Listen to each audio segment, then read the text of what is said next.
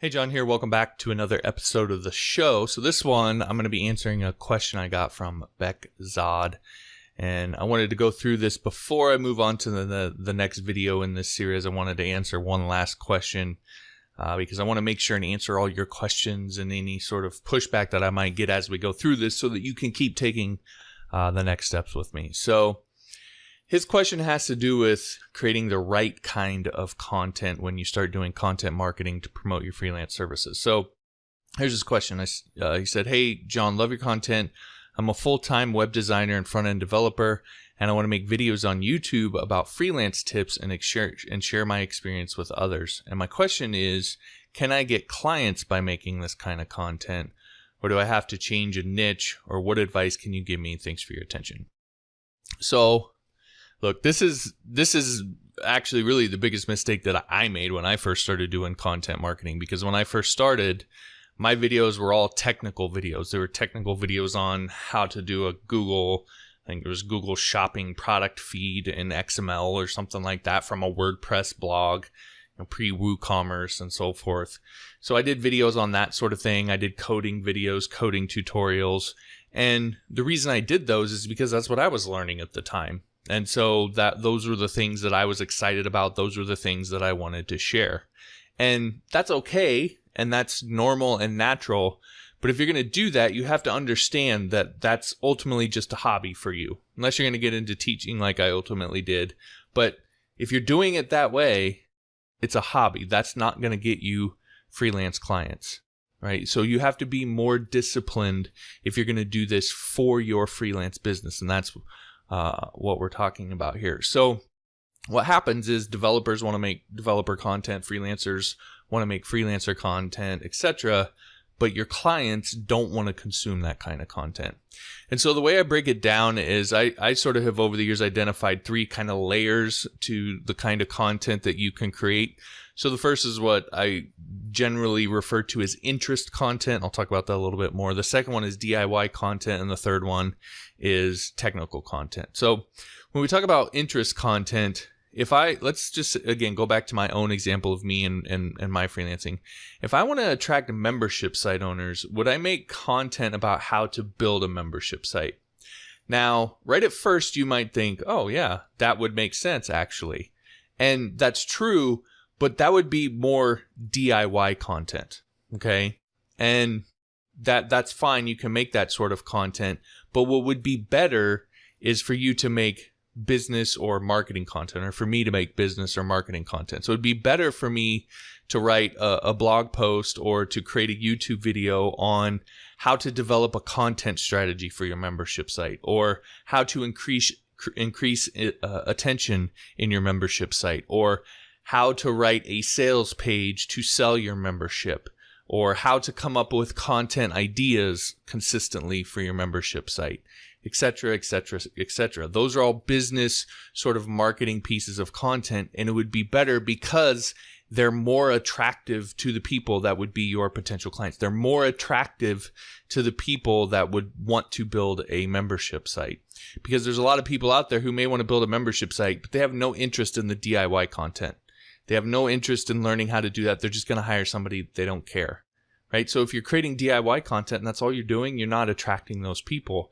And a lot of the DIY people aren't necessarily going to hire you because they're doing it DIY. So again, that's why that kind of content isn't the best kind of content. But all membership site owners are interested in increasing retention. All of them are interested in how to come up with content ideas. All of them are interested in how to make their sales pages better. So again, that's the kind of content that you want to make. Now, just one more example. If I was selling dog food, right, I wouldn't want to make content about how to make dog food, but I might make content about how to choose or pick the right kind of dog food. What are the criteria for doing that? So there's a subtle difference there, but it makes all the difference in the world. And so again, that's what I mean when I talk about interest content. Now again, the second one is DIY content. That's where you can get into a little bit more of the how to build this, how to do that, and you can do some of that.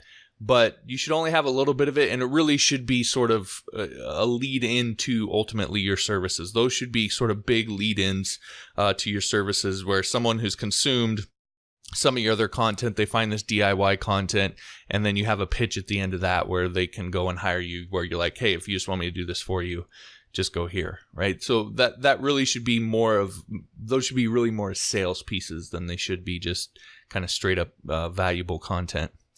And then the third kind is technical content. And to be frank, you should probably almost never do technical content. You're just going to attract developers, and they're not the right people for what you do. They're going to do it themselves.